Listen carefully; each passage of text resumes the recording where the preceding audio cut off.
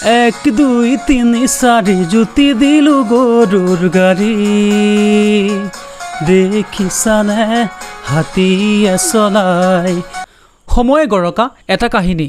অসমীয়া cinema জগতৰ সোণালী যুগ বুলি ক'লে মনলৈ অহা এখন ছবি 80 দশকৰ 1983 চনত মুক্তি লাভ কৰা NC প্ৰডাকশ্যন বেনাৰত নিৰ্মিত ককা দেউতা নাতি আৰু হাতী। এটি সহজ সৰল মনোগ্ৰাহী কাহিনীৰে নিৰ্মিত ছবিখনে আজিও সকলোৰে মনত সাঁচ বহুৱাই ৰাখিছে। গুৰুত্বপূৰ্ণ কথাটো হ'ল অসমৰ বৰ্তমানৰ মুখ্যমন্ত্ৰী হিমন্ত বিশ্ব শৰ্মা ডাঙৰীয়াই সৌ তাহানিতে ছবিখনত এটি শিশুৰ চৰিত্ৰত ব্ৰিকুডৰ নামৰ এটি হাতীৰ পিঠিত উঠি অভিনয় কৰিছিল। ছবিখনৰ ধাৰাবাহিকতাক অক্ষুণ্ণ ৰখাৰ স্বাৰ্থত আৰু ধুনীয়া ছবিখন পুনৰ অসমীয়াৰ মাজত প্ৰচলনৰ প্ৰচেষ্টাৰে প্ৰাইড ইজ এণ্টাৰটেইনমেণ্ট লিমিটেডে এই ছবিখনৰ ছিকুৱেল নিৰ্মাণ কৰিছে।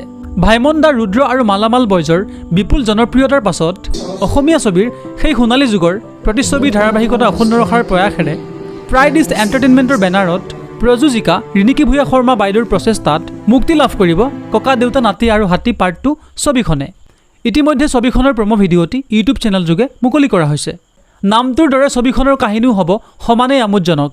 বিশ্বজিৎ বৰাই পৰিচালনা কৰা ছবিখনৰ অভিনয়ত প্ৰাঞ্জল শইকীয়া, তপন দাস, যতীন বৰা, প্ৰস্তুতি পৰাশৰ, আদিল হুছেইন আদি বলিষ্ঠ অভিনেতা অভিনেত্ৰীৰ লগতে উৎপল দাস, প্ৰীতি কংকনা আৰু নতুন প্ৰজন্মৰ কেইগৰাকীমান অভিনেতা অভিনেত্ৰী থাকিব।